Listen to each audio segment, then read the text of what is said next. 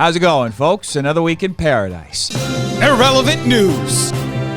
So Malo Trevejo recently announced that she signed to Travis Scott's record label. Birthday girl, I'm so happy. Dreams come true. Got signed to Cactus Jack and Atlantic Records. I'm so happy. Libra Gang, hashtag my team is the best. Folks, I am so happy for her. That must be an amazing birthday gift to find out that you signed to one of the greatest artists of this. Fake. Wait a minute, folks. Is that Travis Scott's manager flat out saying that Malo Trevejo is lying about signing to his record label? Because if it's not actually Travis Scott's manager, then these DMs where he's allegedly asking numerous news outlets to delete coverage of Malu allegedly signing to his record label are going to be pretty awkward. And speaking of awkward, Nikita Dragun went to Cardi B's birthday party, and then this happened. Stop it. So let's get down.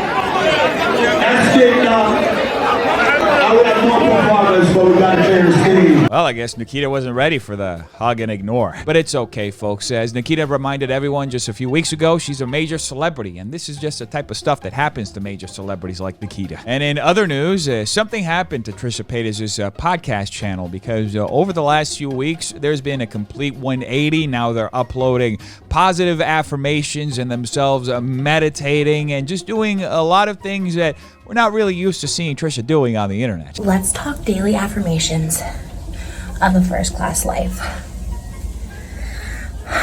First class tickets for the rest of your life to any destination.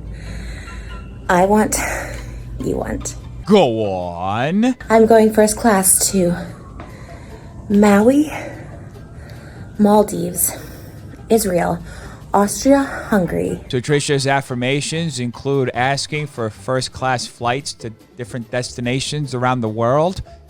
Pretty sure you could do that with a travel agent, but not here to judge. You can have all the luxuries. I will have all the luxuries. At the end of the day, folks, we all know that the most fulfilling things in life are material things. So why not just ask the universe for a whole lot of them to fix your problems? Anyway, Trisha does have a whole bunch of other affirmations that they say in these 3 to 4 minute videos, the majority of which are materialistic, but the most interesting part, folks, are their meditation videos because Trisha is literally filming themselves meditating for 30-minute chunks at a time. Yeah, let's just get into it.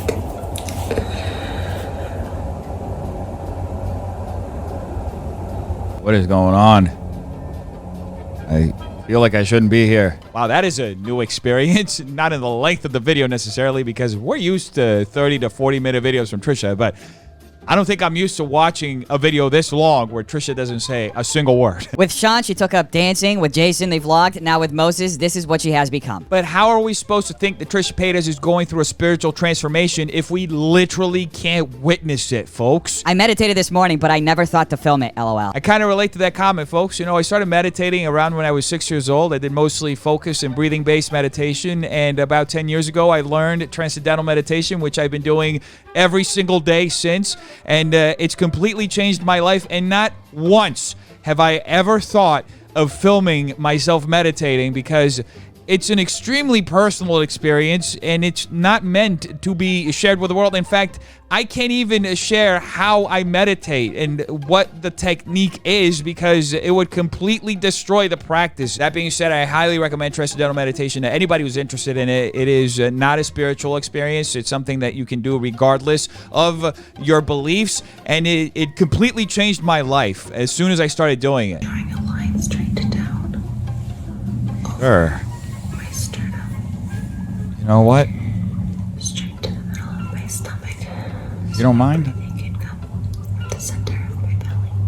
I'm just going to see myself out. The paradox for me here is that Trisha is sharing a moment that is deeply personal to them, that is literally them doing self-maintenance on the internet. And you go to the comment section and you get comments like this. You can spend this much time meditating, but you can't take 5 minutes to make an honest, clear apology. It just feels extremely disingenuous that Trisha is deciding to do this with her content right now at this moment as they're trying to clean up their image. And honestly, it's not working. They're getting a ton of dislikes and comments where people are just infuriated. Please tell me nobody is buying this. I don't think anybody is. People usually change quietly, and you notice their change in their actions over time. It almost feels like Trisha is trying to push this narrative that they're doing all these things to change, and honestly, you can do a whole lot of things to change, but it's only when you're confronted with situations that can demonstrate that you've changed that people actually see the change. You can't just show yourself doing a set of different activities and expect people to believe that just because you're doing those activities, you've changed. Yes, these activities over time would lead a person to change who they are, but it still takes time. Change doesn't happen overnight. There's a reason why that saying exists. Daily attractions, let's go.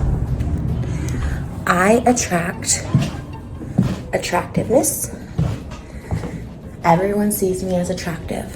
All right, I'm done. Anyway, the Ace family has been getting some backlash after Austin McBroom thought it would be a terrific idea to drive his 5-year-old daughter to school using his Lamborghini. It's one of those days, Daddy decides, I'm gonna take Elle to school in a Lambo. I mean, folks, the Ace family is literally on the verge of losing everything. Might as well put all those expensive toys they got to good use while they still have it. So we have mommy back there escorting us.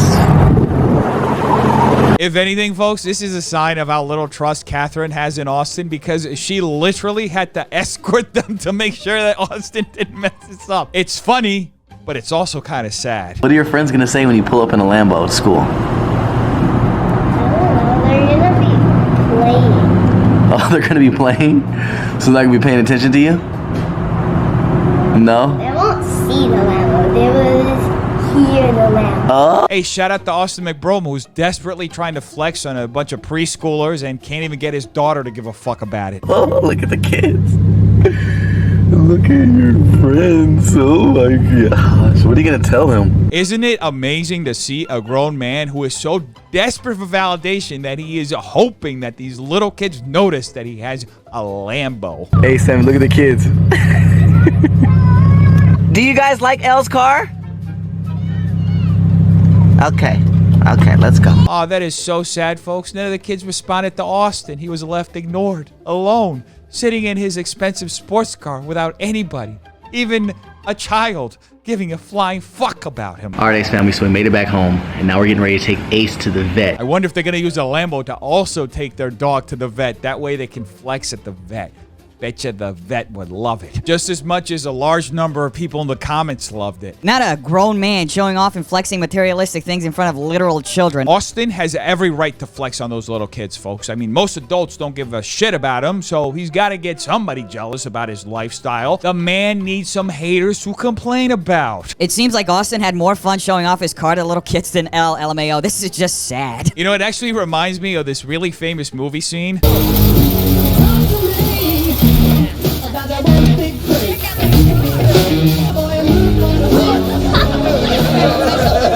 The only difference between Billy Madison and Austin McBroom is that Billy tried that with high school students and Austin tried it with preschoolers. Anyway, folks, Tana Mojo is once again having issues with her boyfriend for the 3,987,567th time this week. Okay, so Chris Miles, you can't call me back after this text? Okay, bet. I'm gonna act single. Stay safe. It should be mentioned that Tana deleted that tweet as well as the tweet that followed it. Update, I got it left. But it didn't stop there, folks, because Tana also talked about it on her Instagram stories. I'm getting cheated on right now. Chris Miles, why are you doing this? My heart is broken. And then it went on TikTok. The truth, our past allows us to accept the love we think we deserve, but we can grow from it. And Tana's boyfriend responded by saying, someone gotta take her phone away when she's drunk. Now you can see Tana in the background of that Instagram story, so one may assume that they work things out and are back together, but you never know these days. Anyway, folks, it appears that some of the folks on the other side of the commentary community who are really chummy with Keemstar had a hard time understanding my video from yesterday because one of them tweeted this out. Def Noodles is calling out Keemstar for reading tweets with the N-word in them from 2015. Lol. Now, I can't tell off the bat if that person is trying to slander me, if they're just being purposely dishonest, or if they just didn't get anything that I fucking said in that video. But here's a quick explainer. In my video from yesterday, I comment on a video that Keemstar posted to his Twitter talking about why his channel is dying and how he feels disconnected from the current generation because they are all about cancel culture, as he says. And I contrast that with what Keemstar did back in 2015 being basically the head of cancel culture by gathering tweets from the last 2 years from this gaming organization, calling out sponsors, and then trying to basically get the sponsors to drop them. The entire video, I am basically calling out Keemstar on his fucking hypocrisy. Now, albeit in the nearly 10-minute commentary that I make about Keemstar's hypocrisy, there's about 30 seconds where I call out the fact that he literally says the hard R in the video, but that is nowhere even close to being the focus of my commentary. So for this person to frame my entire commentary in that video as me reaching all the way back to 2015 to try to get a gotcha moment on Keemstar rather than just the comparison of what Keemstar is alluding to in his fucking video talking about his channel dying to the reality of what it actually was, has to be some of the most slimy bullshit that I've ever seen anybody publish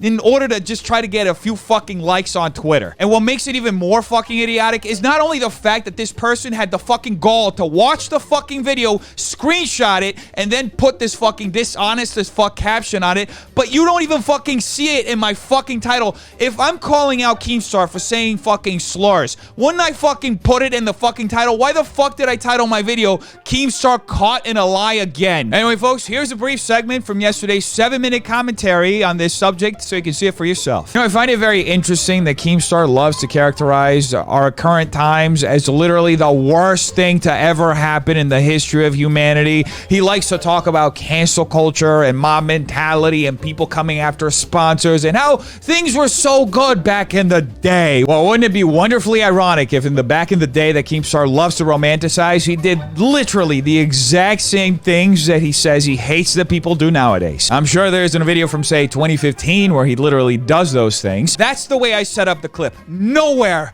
in that setup do you hear me speak about Keemstar saying the hard R or calling him out for saying racially insensitive things. No, quite the contrary. I'm calling him out for being a fucking hypocrite and comparing what back in the day was like with the back in the day that he's romanticizing in his latest Twitter video. But as if that wasn't enough, folks, later on in my fucking video, I literally spell out what my fucking point is. My whole point is just how ironic it is that Keemstar would complain about how awful things are nowadays and cancel culture is so awful and you can't say anything, you can't do anything, and people just trying to be clean when he was literally the head of cancel culture in 2015, 2016, literally compiling tweets over years to put them all together, call out a sponsor and say, hey, look, these guys shouldn't have sponsors. I spent close to 30 seconds in this 7-minute commentary describing what happens in the video because I cannot show it. I can't show Keemstar saying the hard R because my channel would get flagged. I don't want to get demonetized. And honestly, it doesn't have anything to do with my point, which I mentioned at the beginning of the clip and other times in my commentary, that he is a hypocrite because he keeps romanticizing back in the day where you could literally do anything and get away with anything when in fact he was the head of cancel culture. He would go and get 2 years worth of tweets and put together a video so that he could get rid of somebody's sponsors. Once again, I don't know if this creator who put out this tweet is purposely missing the fucking point or if they just wanted to get some likes on Twitter, but they better fucking file some kind of retraction. They better post something explaining that they got it wrong because right now it's not looking too fucking good for them. And I invite anybody to look back on yesterday's video so they can see my commentary in full and just see how fucking wrong this creator is. I'm sick of this entire side of commentary that's really chummy with Keemstar, lie out of their fucking asses, twist fucking narratives, fucking take everything out of context, and then put all those fucking same things on literally everyone else. Like they're fucking waging war against T-channels for the very shit that they fucking do on a daily fucking basis. Like how the fuck does this guy think that he can call anybody out on anything when he pulls the dirtiest, scummiest fucking move, saying that my entire video is about something that it is not. It's a 30 fucking second mention in a 12-minute and 57-second video. The level of fucking dishonesty. And it goes totally unchecked because the guy's chummy with fucking Keemstar, the biggest serial liar in the history of YouTube, and now palate cleanser.